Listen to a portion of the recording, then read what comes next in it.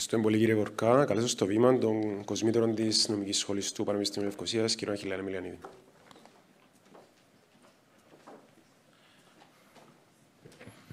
Εκλεκτοί συνάδελφοι, είναι γεγονός ότι είναι η τρίτη χρονιά που διεξάγεται το συνέδριο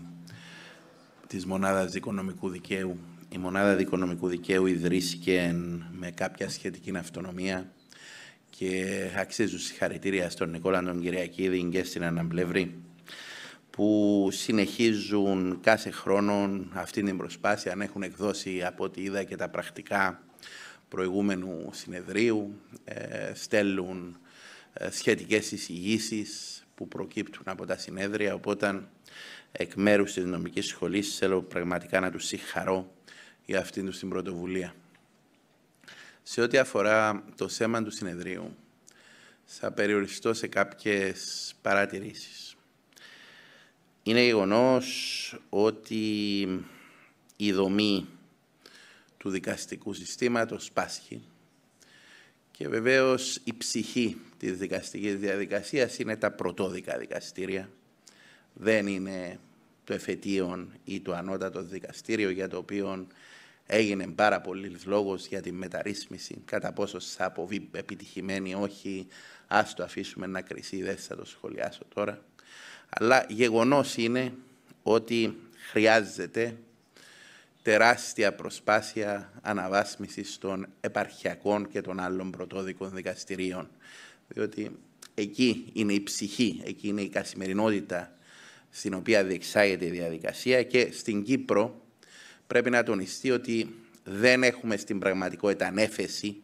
ονομάζεται έφεση, αλλά στην πραγματικότητα είναι αναιρετική η διαδικασία. Δεν έχουμε επανεκδίκαση στο στάδιο της έφεσης, είναι μόνο επί νομικών ουσιαστικά σημείων που κρίνονται οι εφέσεις, άρα είναι πολύ περιορισμένο το πεδίο δράσης του εφετείου, με σαφήν άρνηση του εφετείου να μπει στα ευρήματα επιμαρτυρίας των πρωτόδικων δικαστηρίων, άρα αντιλαμβάνεστε ότι η σημασία των πρωτόδικων δικαστηρίων είναι κατά πολύ μεγαλύτερη από τη σημασία των ανώτατων δικαστηρίων, αλλά όλη η συζήτηση για τη μεταρρύθμιση τα τελευταία 10 χρόνια επικεντρώθηκε στο ανώτατο επίπεδο της δικαιοσύνης παρά στα κατώτερα επίπεδα. Είναι γεγονός ότι σε επίπεδο υλικοτεχνικής υποδομής έχουμε τεράστιο πρόβλημα, το οποίο δεν έχει μέχρι σήμερα λυθεί. Από απλά πράγματα μέχρι το να μπορούν οι δικηγόροι να παίρνουν τον κατάλογο εξόδων τους, που ειδικά στη Λευκωσία καθυστερεί πέραν του 1,5 χρόνου, μέχρι το να παίρνεις τα πρακτικά της δίκης, τα οποία είναι αυτονόητο, ας πούμε στην Αγγλία, από όπου επήραμε και τους νέους θεσμούς πολιτικής οικονομίας, τα παίρνεις την ίδια ημέρα τα πρακτικά της δίκης και μάλιστα με ίντεξ, πολυσέλιδα. Εδώ δεν μπορούμε να πάρουμε τα πρακτικά ακόμα και άμα έχει τελειώσει η υπόθεση, και πολλές φορές μάλιστα υπάρχει και εκ των υστέρων αμφισβήτηση του αν τα πρακτικά ανταποκρίνονται στο τι ελέγχθηκε ή δεν ελέγχθηκε μέσα στη διαδικασία. Και προφανώς είναι τεράστιο το πρόβλημα του να μπορέσεις να δικάσεις μια υπόθεση όταν υπάρχει αμφισβήτηση ως προς τα πρακτικά και πολλές φορές αυτόν δημιουργεί δυσαναλογία με το τι ισχυρίζεται ο ένας διάδικος και τι ισχυρίζεται ο άλλος. Μέχρι σήμερα εξάλλου εξακολουθεί να υπάρχει, κατά τη γνώμη μου, κακή πρακτική οι αγορεύσεις, τα πρακτικά των αγορεύσεων, να μην τίθενται ενώπιον του εφετείου.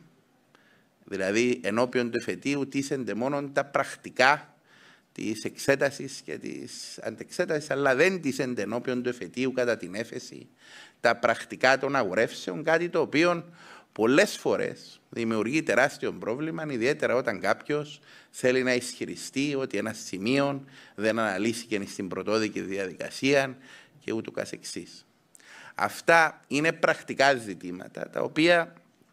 δημιουργούν οπωσδήποτε τεράστιο πρόβλημα στις διαδικασίες και δημιουργούν και τεράστιο πρόβλημα στις διαδικασίες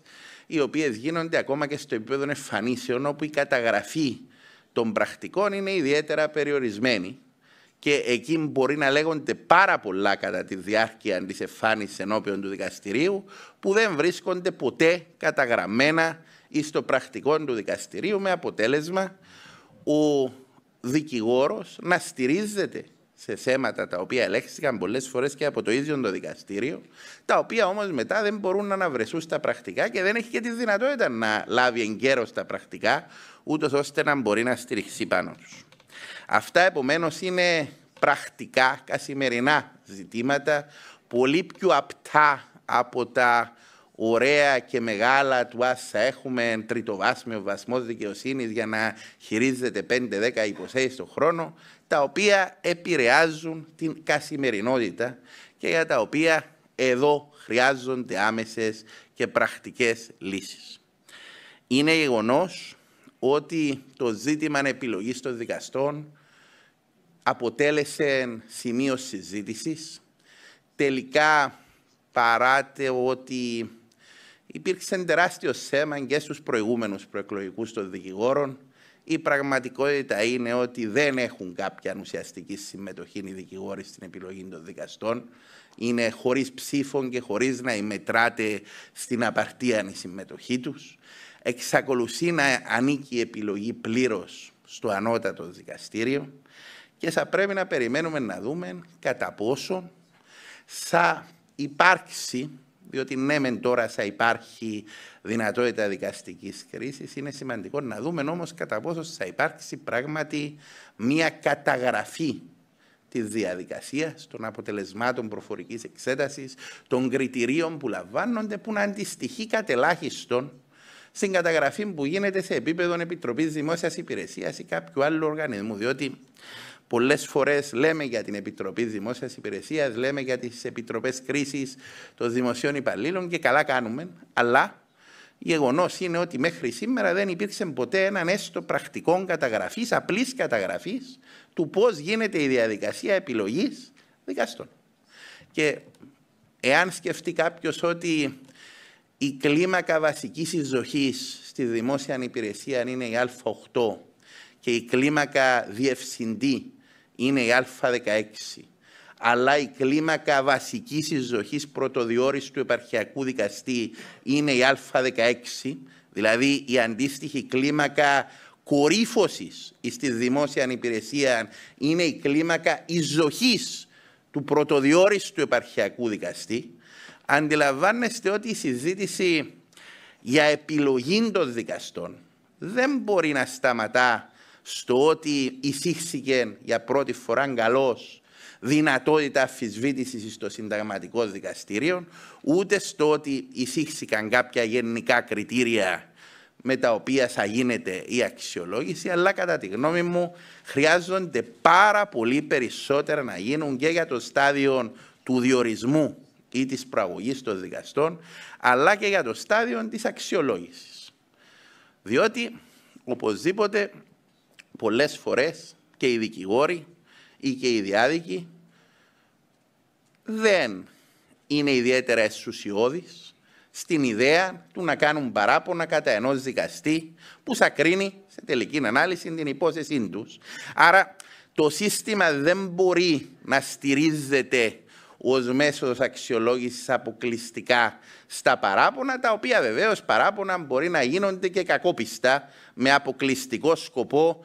την εξυπηρέτηση αλότριων συμφερόντων είτε των δικηγόρων είτε των διαδίκων. Άρα το σύστημα αξιολόγησης, επιπρόσθετα προς το σύστημα διορισμού, διότι μιλούμε για το σύστημα διορισμού, αλλά σπανίως μιλούμε για το σύστημα αξιολόγησης. Το σύστημα αξιολόγησης είναι εξαιρετικής σημασίας. Ιδιαίτερα σκεφτούμε ότι οι δικαστές έχουν και ένα μοναδικό προνόμιο πλήρους ασυλίας σε σχέση με οποιαδήποτε δικαστική τους πράξη. Οπότε αυτό καθιστά ακόμα πιο έντονη την ανάγκη αξιολόγησης του δικαστικού έργου. Η οποία αξιολόγηση δεν μπορεί να στηρίζεται αποκλειστικά όπως γινόταν μέχρι σήμερα ή στο πόσο αριθμών επιφυλαγμένων αποφάσεων έχει ένας δικαστής, κάτι το οποίο σε τελική ανάλυση Εκεί που απολύγει είναι στο να πιέζει ένα δικαστή να βγάζει αποφάσεις οι οποίες πολλές φορές μπορεί να είναι και πρόχειρες, οι οποίες απλώς να μην επιφυλάσσει αποφάσεις, και το έχουμε ζήσει όλοι οι δικηγόροι αυτό, να είναι μια υπόθεση έτοιμη για ακρόαση και ο δικαστής να μην θέλει να επιφυλάξει απόφαση, ούτως ώστε να μην προσμετρά η απόφαση του στις επιφυλαγμένες αποφάσεις. Εκείνο που θέλω να πω είναι ότι το σύστημα απονομής της δικαιοσύνης, και θεωρώ ότι η ακαδημαϊκή κοινότητα, οι δικηγόροι μέσω και των εξεφρασμένων τους οργάνων, η δικαστική εξουσία, η πολιτεία, αλλά και το κοινό, το οποίο αποτελεί σε τελική ανάλυση τους διαδίκους μιας υπόθεσης, και χωρίς διαδίκους προφανώς δεν έχει νόημα να υπάρχει δικαιοσύνη, είναι συμμέτοχοι, είναι συνεργάτες σε μια προσπάθεια, ή τουλάχιστον πρέπει να είναι συνεργάτες, σε μια προσπάθεια βελτίωσης του συστήματος και της δικαιοσύνης. Άρα δεν πρέπει να διστάζουμε να θέτουμε και σκληρά ερωτήματα, δεν πρέπει να μείνουμε μόνο στους πανηγυρισμούς ή στα ευχολόγια, πρέπει να θέτουμε συνεχώς σκληρά ερωτήματα, και θεωρώ ότι αυτό δεν πρέπει να θεωρείται ως αρνητισμός, δεν πρέπει να θεωρείται ως προσπάθεια να παρεχτραπεί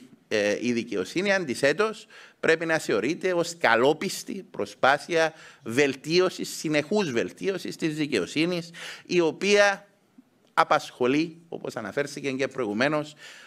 την κοινωνία στο σύνολό της και επηρεάζει και την οικονομία, επηρεάζει και κάθε πτυχή του βίου μας. Με αυτές τις πολύ σύντομες σκέψεις, και για να μην καταχραστώ το χρόνο για μια εισαγωγική ομιλία,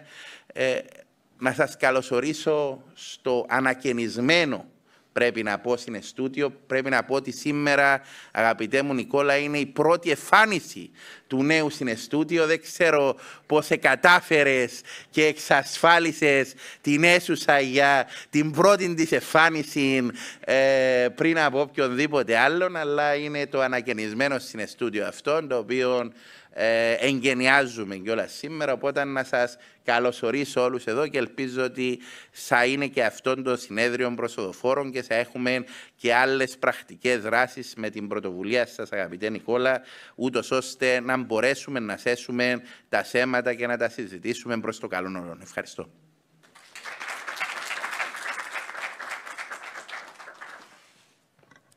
Ευχαριστούμε πολύ, Αχιλλέα. Η αλήθεια είναι ότι